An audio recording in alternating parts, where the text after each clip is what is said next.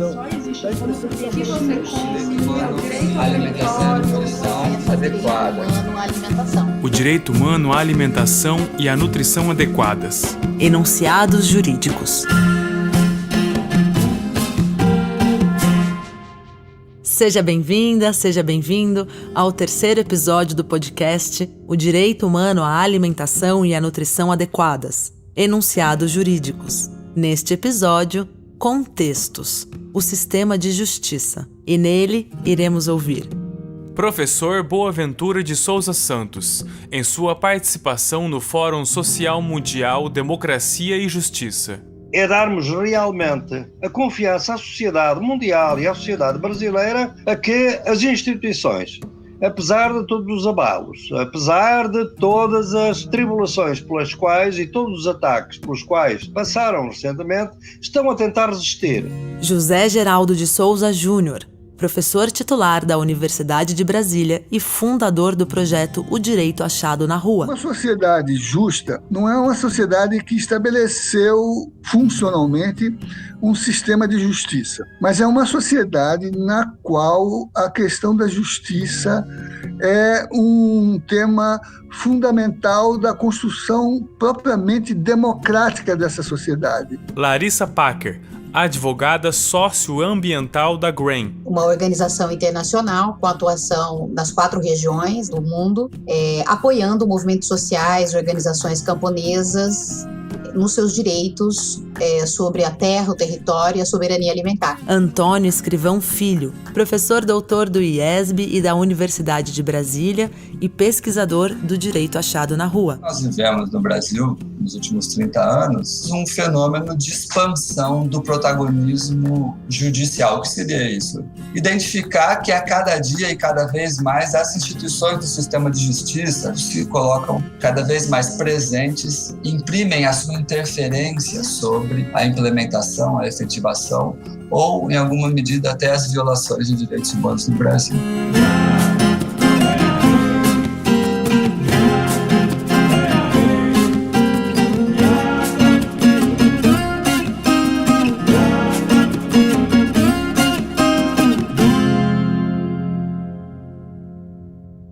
E para dar início a essa conversa sobre a justiça, ouviremos o professor Boaventura de Souza Santos falando sobre algumas deformações das relações entre o sistema de justiça e a sociedade. Mais geral, é um problema que tem a ver com todas as instituições políticas, com toda a sociedade, com toda a cultura, digamos, do país.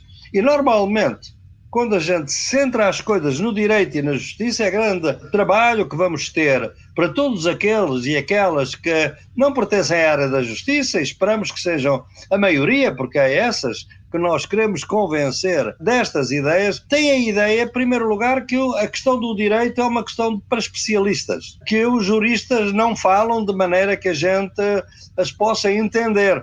Não, podemos ser entendidos e queremos ser entendidos pela população no sentido geral. Em segundo lugar, é evidente que nós não queremos que, apesar da dramaticidade das questões que têm vindo a ocupar recentemente a justiça brasileira, o que nós, nos nossos estudos de sociologia do direito, chamamos a justiça dramática, sabemos que essa justiça dramática são estes casos de grande perfil, como os casos da Lava Jato, são casos que são a ponta de um iceberg. A esmagadora maioria dos cidadãos tem um acesso difícil à justiça. Não é bem tratado na justiça. Em muitos países ela é cara, ela é inacessível, ela é injusta muitas vezes, ela é demorada. E por isso é que nós temos aqueles entorces na nossa sociedade, como por exemplo temos um país como o Brasil, com mais de 800 mil presos, a metade dos quais nunca foi julgado e alguns nem sequer foram indiciados ou acusados. Agora, o professor José Geraldo nos ilumina um pouco mais sobre o sentido da justiça. É pensar que a justiça não é apenas um aparato que você funcionaliza, mas é um tema que você debate, né? Então, não basta ter acesso ao sistema de justiça enquanto sistema funcional, mas poder discutir qual é a justiça que queremos quando pedimos acesso a esse sistema, né? E como é que a gente dialoga politicamente com seus agentes. A questão, né, da modernização do sistema, da sua contínua refuncionalização, a qualificação dos agentes, a categorização dos elementos mediadores, organização do campo teórico que explica todos esses processos. Sim, isso também se deve ter em conta, mas ele é também uma forma de pensar politicamente a sociedade, a democracia. É o direito que se vai realizar, né? Não é o direito porque ele é definido por uma autoridade, mas o direito porque ele é mediado como construção simbólica, imaginativa da construção emancipatória da própria sociedade, né? Então, pensar o sistema de justiça é pensar a humanização dos sujeitos que operam no mundo do trabalho, a transformação da realidade, mergulhar, né, no cerne das mentalidades que formam o aparato, disputar as mentalidades dos operadores do sistema, disputar a formação disso nos cursos jurídicos, mas pensar o direito não apenas eruditamente, mas pensá-lo como um bem imaginativo no social que está presente no discurso das pessoas. É o humano que define o que vai se caracterizando como jurídico, e é esse humano que se expande, que se torna cada vez mais humano, né? Porque se expressa com mais potencialidade, que pede reconhecimento e pede afirmação legitimadora para essas reivindicações.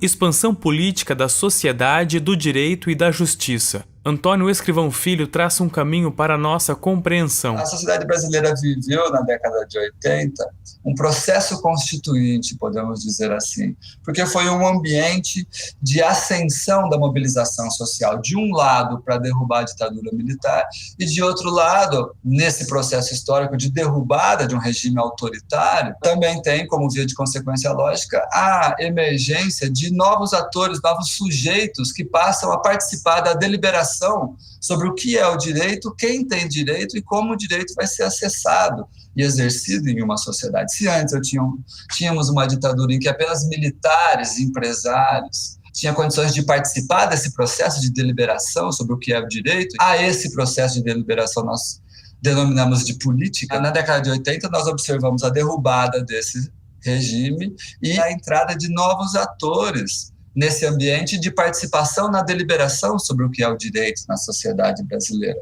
Evidentemente, nós tivemos novos direitos sendo afirmados nesse campo da política, que ali naquele momento era o campo constitucional, ou seja, redigindo uma nova Constituição. Tivemos a ampliação, então, dos direitos que são atribuídos à sociedade em face da autoridade estatal. A isso nós podemos denominar, então, um processo de expansão política da sociedade no bojo dos movimentos sociais. Foram eles que democratizaram a sociedade brasileira e, por via de consequência, ampliaram os direitos da nossa sociedade e tentaram projetar aí, seria de se esperar, também novas instituições que estivessem, a partir de agora, condizentes, também compromissadas com esses novos direitos. A consequência lógica dessa expansão política da sociedade é também a expansão política do direito, porque se novos sujeitos participam da deliberação sobre o que é direito, eles vão criar novos direitos. Ocorre que, com a expansão política do direito, também tem uma tendência lógica,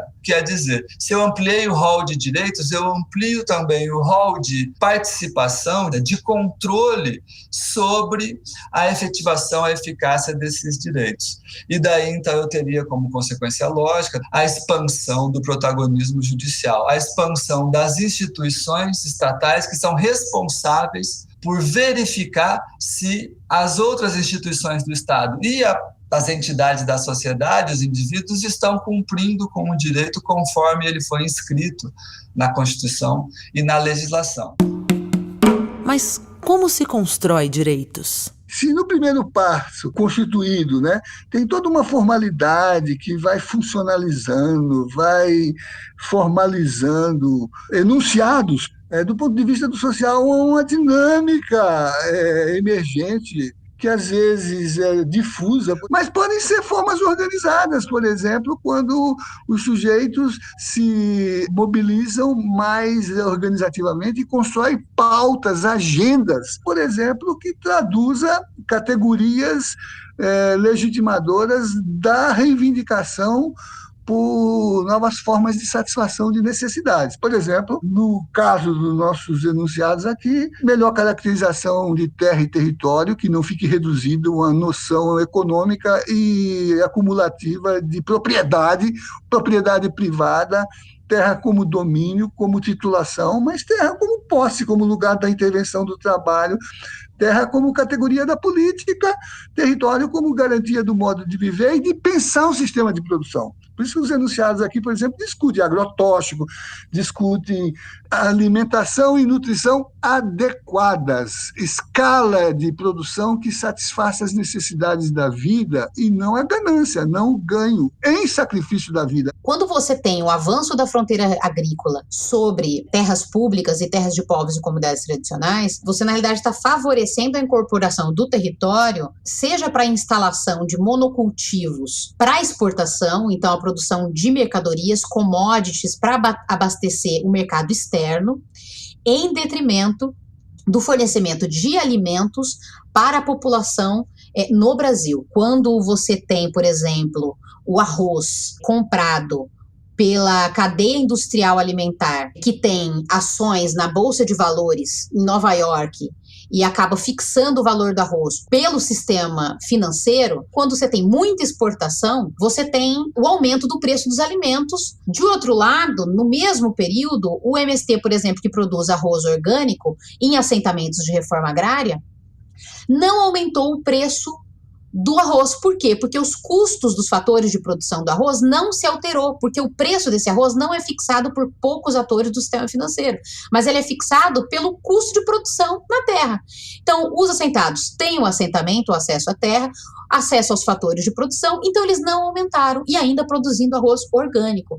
Então, quando a gente fala de direitos territoriais e direitos territoriais coletivos e terras públicas, a gente não está falando só sobre acesso à terra, mas a gente está falando justamente sobre soberania alimentar, direito humano à alimentação adequada. Mas será que a justiça é de fato confiável para os movimentos populares? O que é possível observar desde das organizações de direitos humanos que atuam com a advocacia popular é que, historicamente, o sistema de justiça não se apresentou para esses sujeitos como uma instância, em alguma medida, confiável para a solução dos conflitos em que eles estavam inseridos com vistas à efetivação de seus direitos. Ou seja, se viram cada vez mais diante das instituições do sistema de justiça, mas poucas vezes tendo sido eles quem optaram por levar o seu problema para o sistema de justiça. Muitas vezes eles são, e no mais das vezes, são empurrados para a via judicial, sem que eles tivessem escolhido esse destino, justamente porque o sistema de justiça brasileiro possui uma cultura bastante tradicional ainda, vinculada aos aspectos clássicos e tradicionais do direito civil, do direito de propriedade. E o direito de propriedade, a partir dessa conformação, não consegue enxergar o direito originário de povos indígenas, por exemplo, ao seu território, anterior a qualquer título de propriedade que eventualmente tenha sido forjado na história brasileira. Algo bastante semelhante já é possível afirmar com as suas especificidades em relação também ao território quilombola, que precede na Ordem Constitucional de 1988 e tem prioridade sobre qualquer título de propriedade.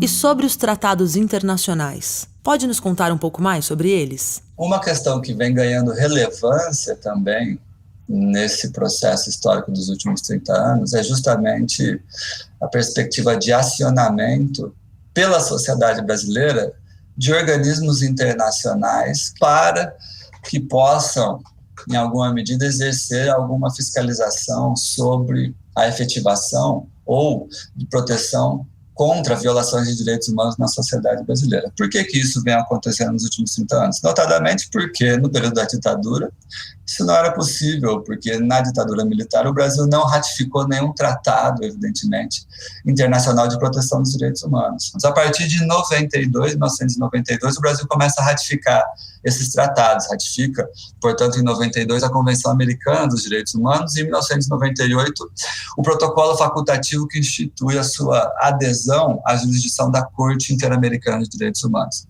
Isso proporciona, então, que a sociedade brasileira acione o sistema interamericano de direitos humanos, dizendo que o Brasil viola direitos humanos. E a sociedade brasileira tem feito isso. São mais de 100 casos que tramitam na Comissão Interamericana de Direitos Humanos e que, por seu turno, já tiveram hoje 9 condenações. A Corte Interamericana se pronunciou reconhecendo que o Brasil havia violado os direitos e garantias judiciais. A Corte manifesta para a sociedade e para o Estado brasileiro que nós temos um problema com o sistema judicial, identificando essa perspectiva que o sistema de justiça brasileiro precisa reconhecer, se abrir e incorporar também aquilo que vem chegando dos tratados e organismos internacionais aos quais o Brasil se submeteu constitucionalmente, incorporando aquela norma jurídica e aquela jurisdição ou institucionalidade no modus operandi do seu ordenamento jurídico e constitucional. Isso é bastante relevante aqui, por exemplo, porque o sistema de justiça precisa incorporar e reconhecer com urgência os dispositivos da Convenção 69 da Organização Internacional do Trabalho, da OIT, justamente que dizem que as comunidades afetadas, impactadas por empreendimentos, elas devem necessariamente ser consultadas sobre aquele empreendimento do Estado ou do poder econômico associado ao Estado que venha a impactá-la. Convenção 169 da OIT, sobre povos indígenas e tribais. Artigo 6º. 1. Ao aplicar as disposições da presente convenção, os governos deverão: a. Consultar os povos interessados, mediante procedimentos apropriados e, particularmente, através de suas instituições representativas, cada vez que sejam previstas medidas legislativas ou administrativas suscetíveis de afetá-los diretamente.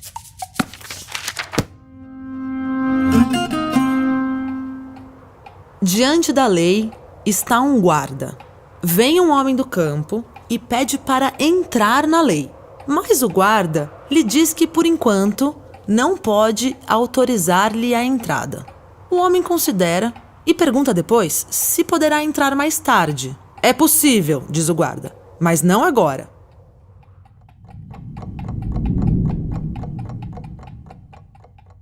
Que queres tu saber ainda? Pergunta o guarda. És insaciável. Se todos aspiram à lei, disse o homem, como é que durante todos esses anos ninguém mais, senão eu, pediu para entrar?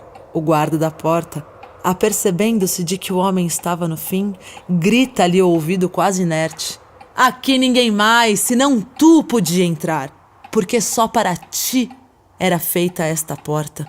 Agora vou-me embora e fecho-a. Diante da lei, Franz Kafka.